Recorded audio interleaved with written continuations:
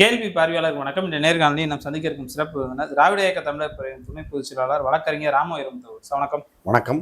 நம் நாடே தற்போது பல்வேறு கருத்து கணிப்புகளை சிக்கிக் கொண்டிருக்கிற இந்த சூழல்ல அதிமுக வெற்றி பெறுமா, திமுகவா அல்லது புதிதாக வந்த தாவேக்கா என்ற சூழல்ல சுந்தர்சி, மதுரை மத்திய தொகுதி வேட்பாளர் சுந்தர்சி அவர் கூட இந்த கருத்து கணிப்புலாம் நம்பாதீங்க அப்படின்ற மாதிரி ஒரு கருத்தை வச்சிருக்காங்க. கூடுதலா அவர் நிற்கின்ற தொகுதி பிடிஆர் வசம் 3வது முறை வெற்றி பெறுவாரான்ற மாதிரி பல்வேறு கருத்துகள் கூட இருந்து கொண்டிருக்கிறது.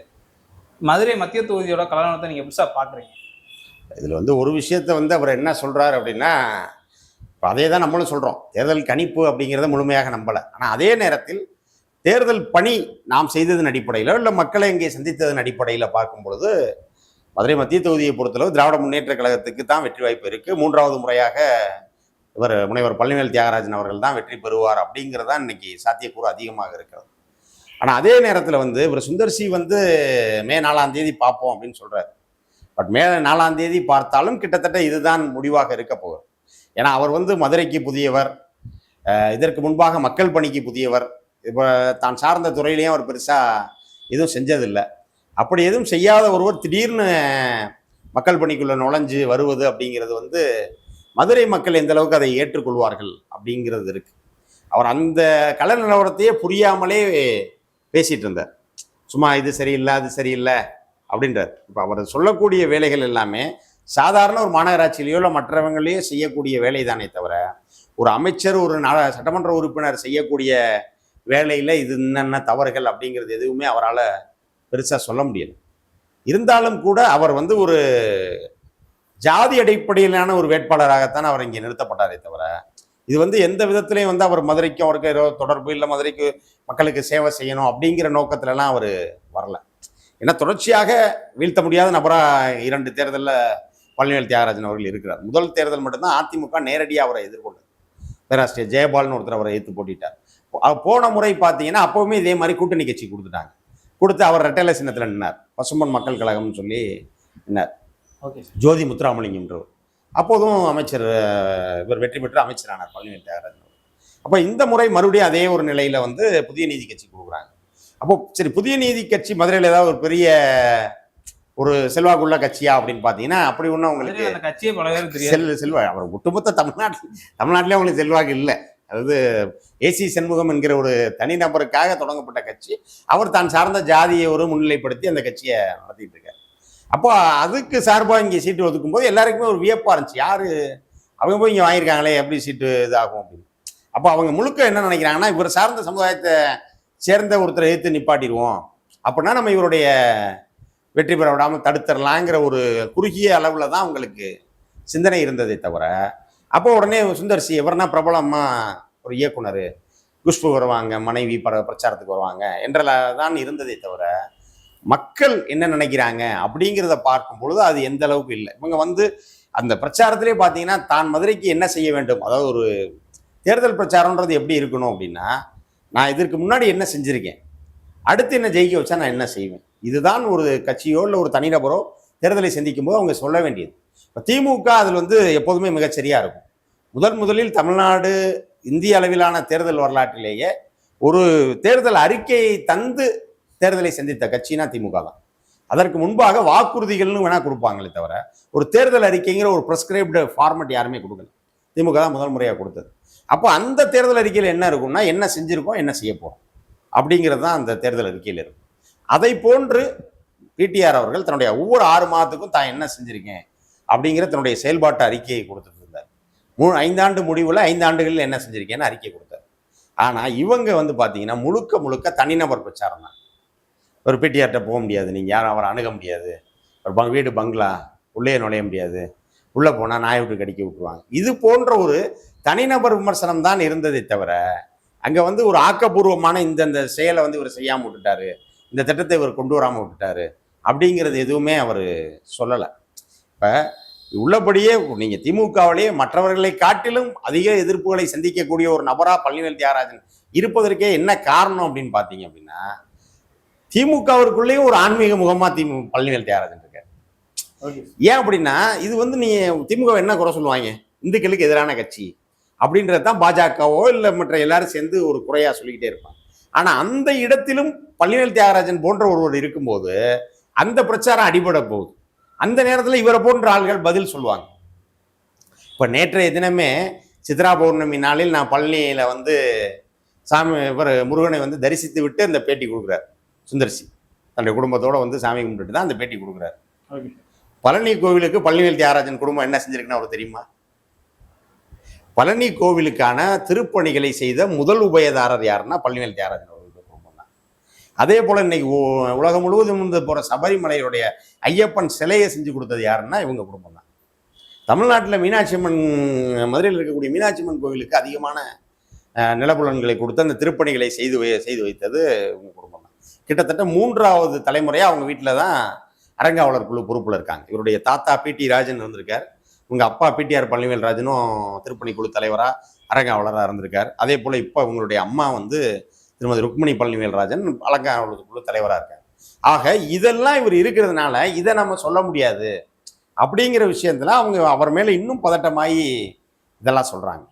ஆகவே உண்மை என்பது வந்து சுந்தர்ஜி சொன்ன மாதிரியே மே 4ஆம் தேதி இல்ல அவங்க எதிர்க்கிறதுக்கான காரணம் அப்படி பாக்குறாங்க. பிடிஆர் அவர்கள் வந்து இந்த முறை ஒரு பயத்துல இருக்காரு, சுந்தர்சி ஓட விட்டான்ற மாதிரி ஒரு கருத்தை தொடர்ந்து வந்து ஒரு பிரச்சாரமா மேற்கொண்டாங்க.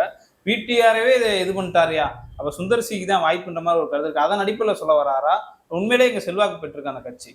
இல்லை, உண்மையிலே செல்வாக்கு ஒன்றுமே இல்லைங்க. அதாவது எப்படின்னா, நீங்கள் பிரபலம், இப்போ நீங்கள் ஒரு வேட்பாளர், நான் ஜோதி முத்துராமலிங்கமோ பேராசிரியர் ஜெயபாலோ ரோட்டில் நடந்தா யாரும் திரும்பி பார்க்க மாட்டாங்க. சுந்தர்சி ரோட்டில் நடக்கும்போது 4 பேர் திரும்பி பார்ப்பாங்க. அது இவங்க வரவேற்புன்னு நினச்சிக்கிட்டாங்கன்னா அதுக்கு ஒன்றும் செய்ய முடியாது. ஒரு பிரபலம் பார்க்குறோமே, இல்லை நாளைக்கு சுந்தர்சி மே 5ஆம் தேதிக்கு மேலே இங்கே இருப்பாரா? அடுத்த ஷூட்டிங் போயிடுவார். அப்போ இவர் இங்கே இருக்கும்போது இவரை பார்ப்போன்னு பார்க்குறாங்க. அவர் கூட ஒய்ஃப் வர்றாங்க, குஷ்பு வர்றாங்க. குஷ்புவை பார்க்குறதுக்கு கூட்டம் கூடும். இதுதானே தவிர மற்றபடி நான் முதலே குறிப்பிட்டது போல அவருடைய பேச்சு என்பது முழுக்க முழுக்க ஒரு தனிப்பட்ட விமர்சனமா, அவரை வம்புக்கு இழுப்பதை போல ஒரு விமர்சனமா தான் இருந்ததே தவிர. அதற்கு பிடிஆர் அவரும் பதில் சொல்றாரு. அப்ப இறங்கி வந்துட்டார் பிடிஆர் தன்னையில இருந்து. அப்ப சுந்தர்சி அவரை வந்து இது பண்ணிட்டாரு, அவரை இறங்கி வர வச்சிட்டாரு. அப்ப தோல்வி முகமான்ற மாதிரியான ஒரு கருத்தை வைக்கிறாங்க. இல்லை, அப்படி இல்லை. அதாவது எப்படின்னா, இப்போ நீங்கள் பதில் சொல்லலைன்னா என்ன சொல்லுவீங்க? சுந்தர்சிக்கு வந்து பதில் சொல்ல முடியல பழனி பிடிஆர் ஆளுன்னு. அப்போ நீங்க என்ன செஞ்சாலும் அதை விமர்சிக்க ஒரு கூட்டம் இருக்கு, சரிங்களா? அப்போ அவர் தன்மேல் வைக்கிற விமர்சனம் இல்லை என்பதை அவர் தெரிவித்தாக வேண்டும். அப்போ அதுதான் தெரிவிக்கிறார். இப்போ நானும் மதுரைக்காரன் அப்படின்னு சொல்லி இவர் பேசினாரு, வீட்டுக்குள்ள வர முடியாதுன்றாரு. உங்களுக்கு தெரியுமா, அந்த பாளையம் இல்லம் வந்து இப்போ தான் அதுக்கு வந்து கதவே இருக்கு. நான் சிறு வயதிலிருந்து என்னுடைய தந்தை வந்து அப்போ இருந்தே இவர்கிட்ட போகிறோம், பிடிஆர்ட்டெல்லாம் அடிக்கடி நட்போடு இருந்தவர், அடிக்கடி அவர் வீட்டுக்கெல்லாம் போவார். நானே என் தந்தையாரோடு அப்போதே சென்றிருக்கேன், இவங்க அப்பா காலத்தில் போயிருக்கேன். அப்போ அந்த பாளையம் இல்லத்துக்குன்றது கதவே கிடையாது. இவங்க பெற்றோர்களுக்கெல்லாம் வயசாகி ஒரு முறை ஒரு திருட்டு நடந்த பிறகுதான் அவங்க வீட்டுக்கு கதவே போடுறாங்க. ஆக அப்படி இருக்கக்கூடிய வீடு அது. அதே போல் எப்போது யார் சென்றாலும் உணவு அருந்தக்கூடிய ஒரு நிலையில் இருக்கிறது. அந்த வாய்ப்பை அவங்க வீட்டில் எப்போவுமே வரவங்களுக்கு சாப்பாடு போட்டுக்கிட்டே இருப்பாங்க. இப்போதும் அவருடைய அலுவலக பணியாளர்களுக்கோ இல்லை அங்கே இருக்கிற எல்லாருக்குமே மதிய உணவுன்றது அங்கேயே கொடுக்கப்பட்டு கொண்டிருக்கிறது. ஆக இப்படி இருக்கிற நிலையில் ஒருத்தர் பேசும் பொழுது இப்போ அவர் பதில் சொல்லலைன்னா அதுவும் அரசியலாக்கப்படும். அப்போ அதனால அதுக்குரிய பதிலே அவர் சொன்னாரே தவிர அதுக்காக அவர் வந்து தரம் இறங்கிட்டாருன்னா இல்லை. இப்போ இவரே நம்முடைய முதல்வர் அவர்களே அவரை அறிமுகப்படுத்தி வேட்பாளரை அறிமுகப்படுத்தல பேசும்போது என்ன சொன்னார்? எவ்வளோ பெரிய விவாதங்களாக இருந்தாலும் சரி, தேசிய விவாதங்களாக இருந்தாலும் சரி, பழனிவேல் தியாகராஜன் போனால் அவர்கிட்ட யாரும் பதில் சொல்ல முடியாது என்கிற அளவிற்கு விவாதங்களை எதிர்கொள்பவர் அப்படின்னு சொல்லி தான் முதல்வரே பிரச்சாரத்தில் அறிமுகப்படுத்துறாரு அவர். அப்போது அது போன்ற ஒரு வரவேற்பை பெற்றிருக்கக்கூடிய ஒருத்தர் இவர் கேட்கக்கூடிய அந்த சில விஷயங்களுக்கு இறங்கி வந்து பேச வேண்டிய ஒரு கட்டாயமாக இருக்கிறது. இல்லைன்னா தேர்தல் நேரம் இவர் வாயடைச்சு போயிட்டாரு, இவர் பதிலே சொல்லலை இவருக்கு அப்படின்ற ஒரு வாதமும் வைக்கப்படும். ஆனால் மக்களை பொறுத்தளவு அவங்க தெளிவோடு தான் இருந்தாங்க. ஏன்னா நான் வந்து அங்கே பரப்புரை மேற்கொண்டேன். ஒரு 10 நாட்கள் 15 நாட்களாகவே தொடர்ச்சியாக நான் மதுரை மத்திய தொகுதியில் பரப்புரை மேற்கொண்டேன். அப்போ அங்கே நான் சந்தித்த மக்களுடைய அனுபவங்களை பார்க்குற போது யாரை பார்த்தா வேடிக்கை பார்க்கணும், யார் நம்மோட இருந்து வேலை செய்வான் அப்படிங்கிற ஒரு அந்த பிரித்து பார்க்கக்கூடிய அந்த தன்மை வந்து மக்களிடம் இருந்தது. அதனால் இவர்கள் நினைப்பதை போடலாம் இல்லை. இன்னொன்று பார்த்தீங்கன்னா, அமைச்சர் பழனிவேல் தியாகராஜன் அவர்களிடம் இருக்கக்கூடிய இன்னொரு இது வந்து வாக்குக்கு பணம் தருவதில்லை என்பதில் ஒரு மிக தீவிரமாக உறுதியாக இருக்கிறார். இப்போ 3வது முறையும் அவர் வந்து வாக்குக்கு பணம் தராமல் தான் தேர்தலை சந்திக்கிறார். ஆனால் முதல்ல இங்கே என்ன பண்ணுறாங்க, சுந்தர்சி வந்து பணம் கொடுக்குறார். அப்போ இதெல்லாம் வைத்து அவரை வீழ்த்தி விட முடியும் அப்படிங்கிறத அவங்க பேசுகிறாங்களே தவிர மக்களை பொறுத்தளவில் அவர்கள் வந்து மிக தெளிவாகவே இருக்கிறார். ஓகே சார், அப்போ தாவேக்காவும் அந்த களத்தில் இருக்காங்க, அதை எப்படி சார் பார்க்கலாம்? சேர்த்து இந்த தொகுதியோட வெற்றி வாய்ப்பு எப்படிங்க சார்? அதாவது நீங்கள் மதுரை மத்திய தொகுதியை பொறுத்தளவில் நீங்கள் தாவேக்கா நாம் தமிழர். அவங்க 2 பேரோட ஸ்டாண்டை வந்து பார்த்தீங்கன்னா சிம்பிளாக இன்னொரு விஷயம் புரியும். நம்ம முதல்ல இருந்தே வந்து பார்த்தீங்கன்னா பாஜகவினுடைய பி டீம் தான் நாம் தமிழர், தாவேக்கா அப்படின்லாம் நம்ம சொல்லிட்டு இருக்கோம். அதை வந்து உறுதிப்படுத்துவதை போல அவங்களுடைய வேட்பாளர் தேர்வு மத்தியில் இருந்தது. எப்படின்னு பார்த்தீங்க அப்படின்னா, இவர் தாவேக்கால முஸ்தபான்னு ஒரு கேண்டிடேட் போடுறாங்க. அதே போல் நாம் தமிழரில் பார்த்தீங்கன்னா அப்துல் வஹாப்னு ஒருத்தர் போடுறாங்க. இவங்க இருவருமே வந்து இஸ்லாமியர்கள். குறிப்பாக முஸ்தபா மதுரைக்காரரே கிடையாது. அப்போ எதற்காக ஒரு அங்கே நிறுத்தப்படுறாருன்னா, பொதுவாக மதுரை மத்திய தொகுதி இஸ்லாமியர் நிறைந்த தொகுதி. அப்போ அந்த இஸ்லாமியர் வாக்குகள் பாஜகவிற்கு எதிராக இருப்பதனால நேரடியாக முழுமையாக திமுகவுக்கு போயிடக்கூடாது. அப்போ அந்த வாக்குகளை வந்து வாக்குகளில் ஏதாவது ஒரு சேதத்தை ஏற்படுத்தி அது வந்து அதிமுக கூட்டணிக்கு பலமாகணும் அப்படிங்கிற அடிப்படையில் தான் அவங்க போடுறாங்க. இப்போ குறிப்பாக பார்த்தீங்கன்னா காஜிமார் தெரு பகுதியாக இருக்கட்டும், மாபுப்பாளையம், இப்படி நிறைய பகுதிகள் வந்து இங்கே இஸ்லாமியர்கள் மொத்தமாக வாழுகிற பகுதி வந்து மத்திய தொகுதியில் நிறையா இருக்குது. அப்போ இதை குறிவச்சு அவங்க போடுறாங்க. ஆனால் அந்த மக்கள் மிக தெளிவாக இருக்கிறார். குறிப்பாக இஸ்லாமிய இயக்கங்கள் அனைத்தும் ஓரணியில் இந்த கூட்டணிக்கு தான். அதாவது இந்திய யூனியன் முஸ்லீம் லீக்காக இருக்கட்டும், அதே போல் மனிதநேய மக்கள் கட்சி, தமிமுன் அன்சாரியோட மனிதநேய ஜனநாயக கட்சி, எஸ்டிபிஐ, இந்திய தேசிய லீக்கு, இப்படி எல்லா கட்சிகளுமே பார்த்தீங்க அப்படின்னா முழுமையாக வந்து திமுக கூட்டணிக்கு தான் ஆதரவு கொடுக்குறாங்க. அப்போது ஒரு அடிப்படையில் அவர் இஸ்லாமியராக இருந்தால் கூட இஸ்லாமியரை உண்மையிலே காப்பாற்றுகிற இயக்கம் வந்து திமுக தான் அப்படிங்கிற ஒரு புரிதல் அந்த மக்களிடம் இருந்தது. அதனால் வந்து இதெல்லாம் வச்சு பார்க்கும்பொழுது மத்திய தொகுதி 3ஆம் முறை பழனிவேல் தியாகராஜன் அவர்கள் வெற்றி பெறுவார் அப்படிங்கிறதுல எந்தவித மாற்று கருத்தும் இல்லை. ஓகே சார், நன்றி. வாய்ப்புக்கு நன்றி, வணக்கம்.